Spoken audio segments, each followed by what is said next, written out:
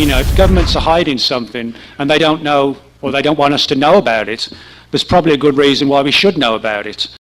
You know, it's like all of us in this room tonight, we're all interested in the subject, we're all on the same level, we all want answers, we just want to know what's going on. And if there are people in government who do know what's going on, or at least have a good idea, and they have at least some hard data to back up their beliefs, etc., then I don't see why we should be kept in the dark.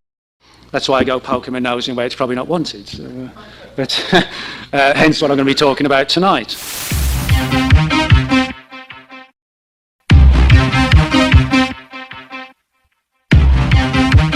What?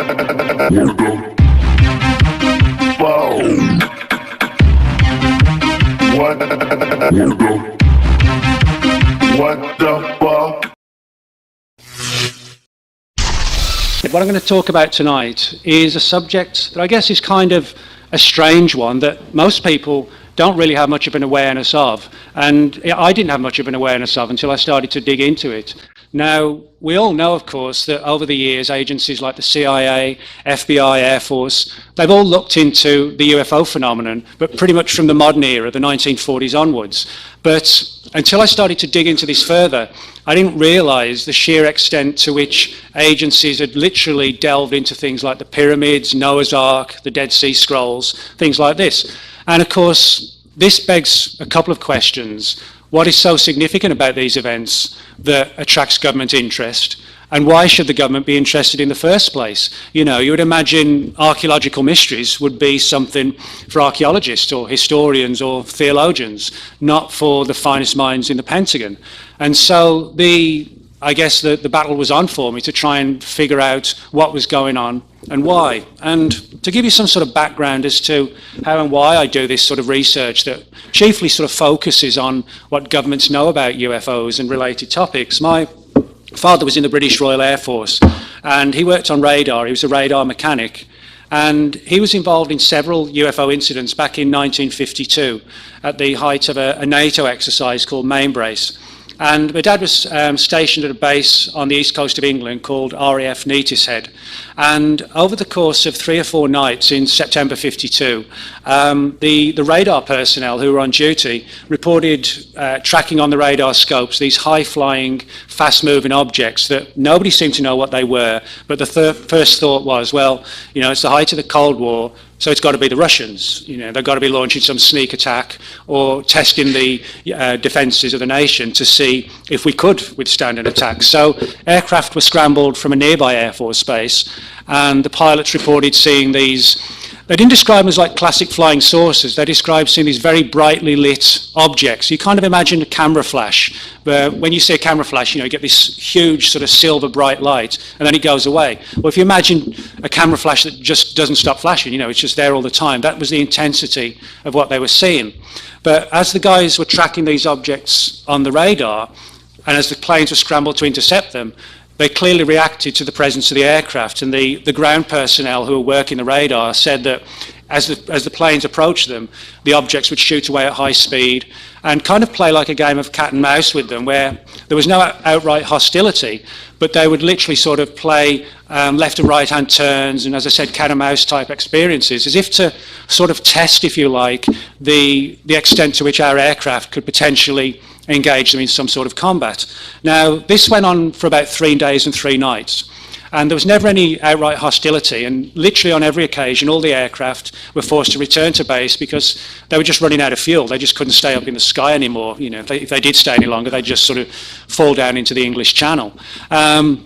And at the end of these encounters, everybody who was involved, from the radar mechanics like my dad, the radar operators, the pilots, the ground personnel, everybody was reminded of the fact that they'd signed the British government's Official Secrets Act. And the Official Secrets Act, anybody who works in the government has to sign this. And it basically prevents you from speaking about things that might have an effect on national security when you leave the job. So, in other words, it's from the government's perspective, it's like a protective piece of legislation to keep you quiet, if you like. So, when he told me this story, it got me interested for 2 reasons.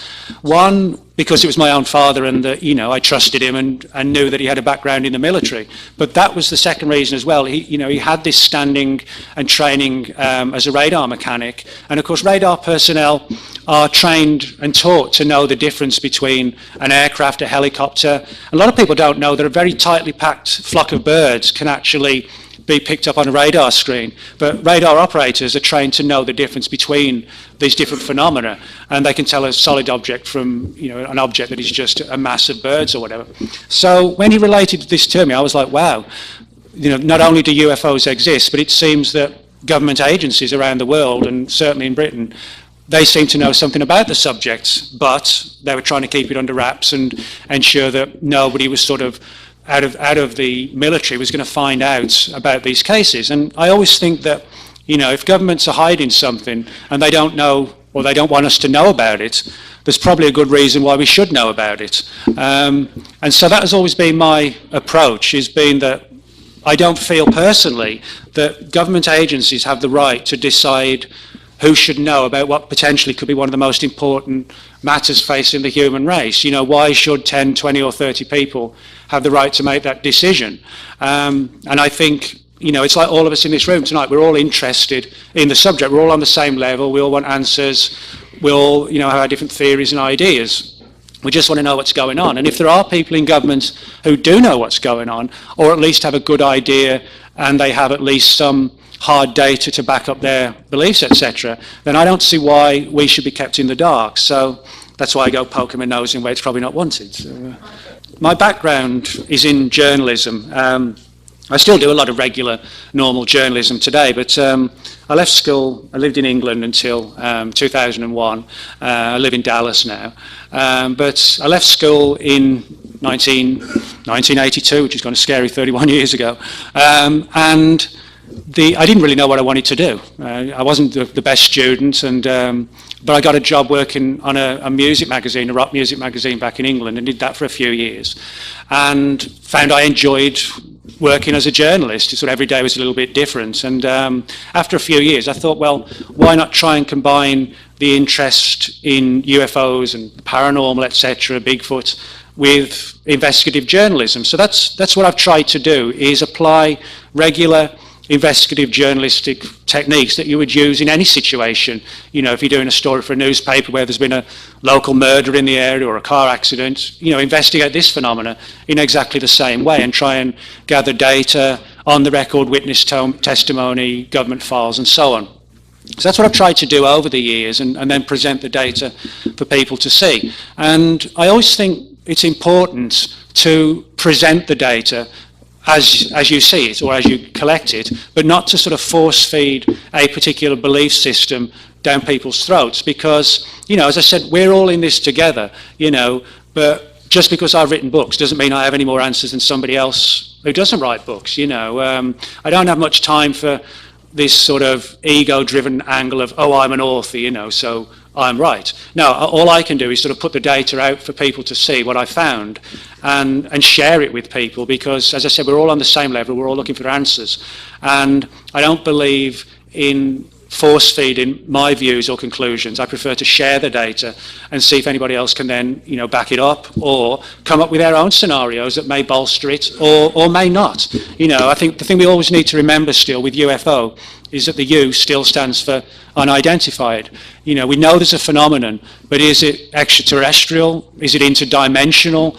You know, we just really don't know. All we know for sure is that there's something interacting with us that, you know, doesn't come from around here.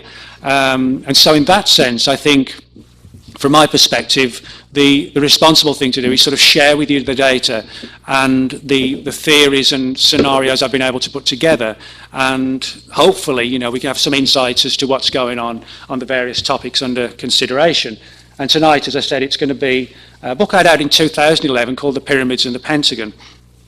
Now, the whole issue behind this book, as I said, is how, why, and for how long, and to what extent government agencies have taken an interest in the mysteries of the past. Now, when I say government agencies, the best way I can describe it, if you kind of imagine Indiana Jones type characters working for the CIA and traveling around the world and investigating things like the Ark of the Covenant and the Holy Grail and stuff like that. That is literally the scenario we're seeing. You know, we're kind of, I guess, used to, we think of the CIA and intelligence agencies, and we think of espionage missions behind the old Iron Curtain at the height of the Cold War, you know, spying on the Russians. We don't necessarily think of people sitting in CIA headquarters poring over the Dead Sea Scrolls. But that is actually literally what we are seeing. So, you know, we're delving into very strange, almost like fringe-like territory that really doesn't fall into one particular category or domain. You know, it's very hard to understand why this is going on. And I'll be the first to admit that a lot of the research that I've uncovered, it's pretty much still in its early stages because so much of it is so new.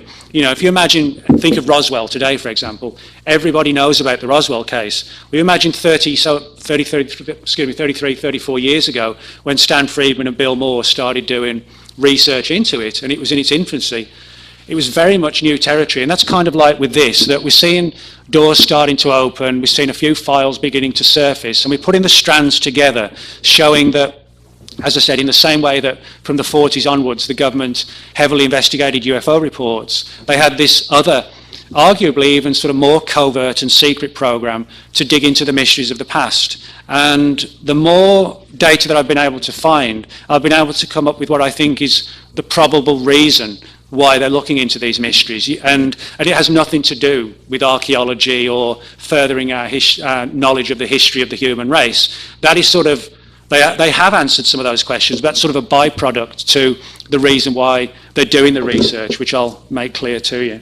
One of the interesting legends that surrounds the construction of Stonehenge, which is something I'll talk about shortly in relation to the government aspect of things, is the theory that they were moved by what today we would call anti-gravity or levitation. Now, the people who used Stonehenge for various ceremonies going back sort of 4,000 or 5,000 years, and there was actually an original settlement there before that goes back about 9,000 years, they have legends and stories about how magicians would tap the stones and they would sort of rise slowly into the air, and they could be pushed very lightly and gently, kind of like, imagine like a rowing boat on the water, you just push it along and it would move with the tide. And that's a story they have connected to Stonehenge. Now, you could say, well, that's just a classic fairy tale or a bit of folklore. But as I'll point out later, we find similar stories all over the place, from Egypt to South America to ancient Rome and ancient Greece. They all have these stories about the stones being moved by something along the lines of levitation. And this sort of got me interested, and I started doing research into a lot of these sort of folkloric legends around the world about how these massive stones were supposedly moved by very alternative means. And when I began digging into that, that's when I first stumbled on this angle that the government was looking into that as well. And that was one thing I never expected to find. You know, I chiefly thought I was going to uncover old documents and, you know, parchments and that sort of thing that somebody had written 3,000 or 4,000 years ago, not to find actual government records on the feasibility of moving stones via something like levitation, which is actually what I did uncover. So that's what set me off, was this sort of research into Stonehenge, and the government angle was a byproduct of doing that research. Now, as far as I've been able to determine at least, the earliest involvement of the US government in ancient mysteries began in 1947 with the Dead Sea Scrolls. Now, the Dead Sea Scrolls, they're called the Dead Sea Scrolls because they were discovered on the Dead Sea, surprise, surprise, and at a place called Qumran in a series of caves. And they were discovered in 1947. And they're on wide public display today. Anybody can go and see them. But in 1947, well, it was a very interesting year in 1947. You had the Roswell incident. You had Kenneth Arnold's famous UFO encounter that led to the creation of the term flying saucer. 1947 was also the year that the CIA was formed, and it was the same year that the Dead Sea Scrolls were found on the Dead Sea.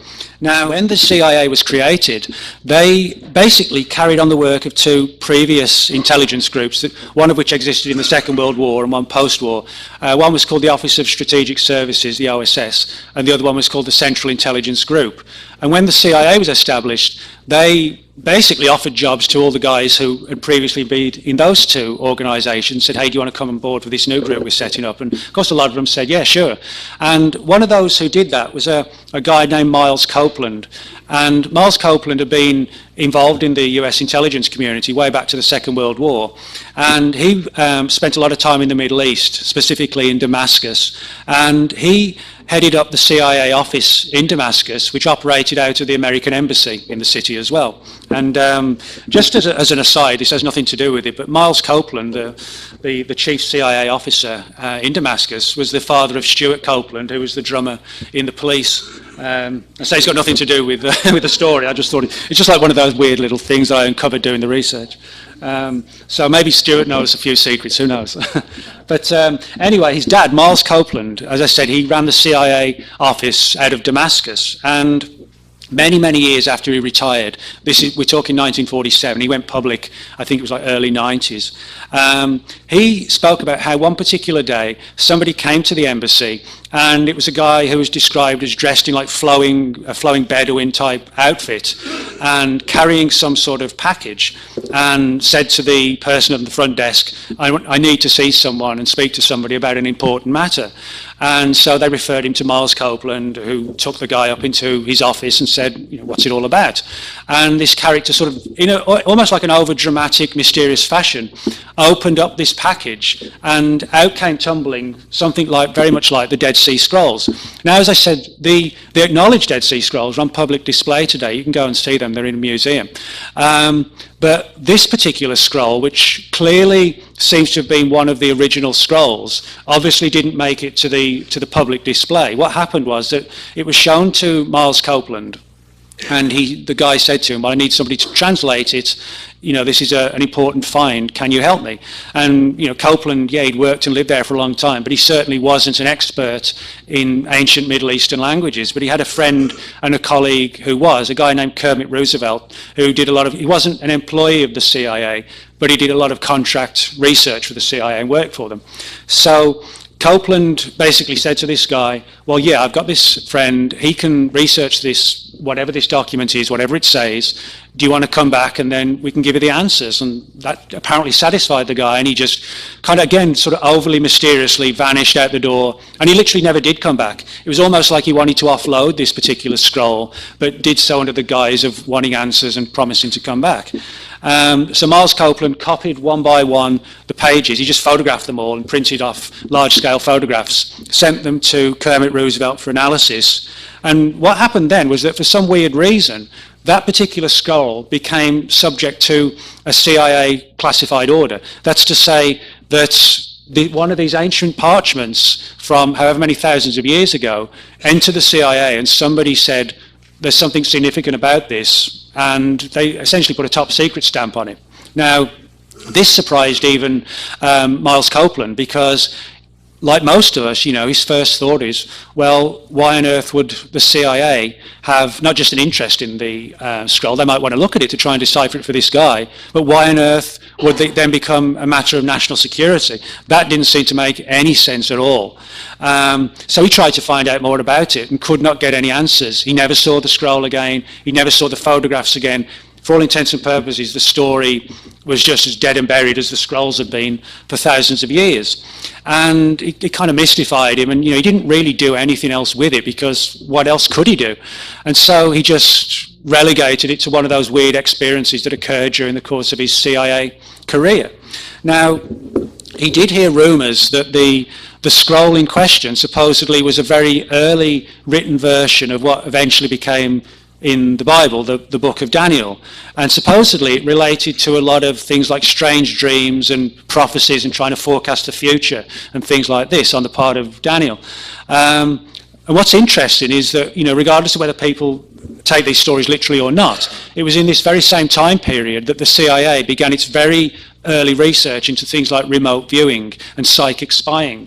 So I think we can make an argument that if we look at the time frame when the CIA was researching things like ESP and prophecy and psychic spying and things like that, to get hold of an ancient document that actually talked about these very things, but from the perspective of Daniel in the book of Daniel, I think they possibly translated that ancient book to try and give them some sort of understanding of the power of the human mind, because there were clearly parallels between this ancient text and what the CIA was working on in terms of what eventually became its so-called remote viewing program. So what we're seeing here is probably the earliest example of why intelligence agencies have taken an interest in the mysteries of the past, and it's because where there's some sort of military potential or military capital gain, if you like. So, it isn't so much about furthering our knowledge of archaeology, of history, of the Bible, or any, Middle Eastern religion. It's about, is there some sort of value we can learn or gain from studying these phenomena that we could turn into like a military objective, if you like.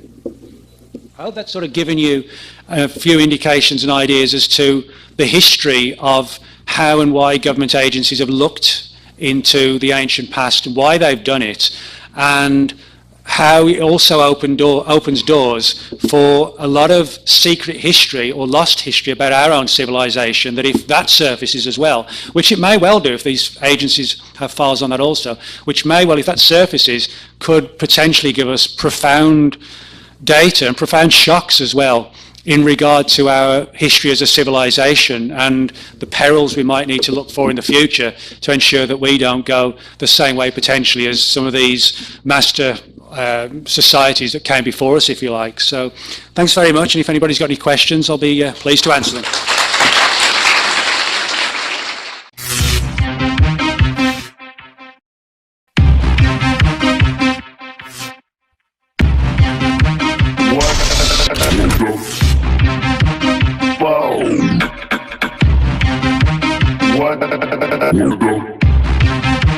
What the fuck?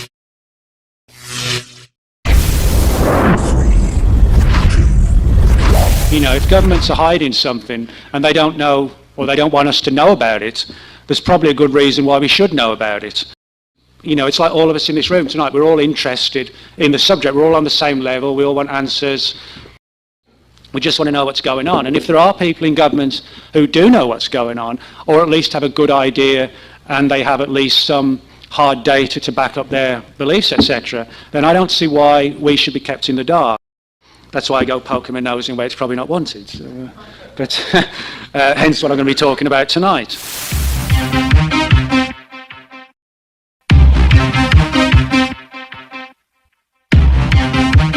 What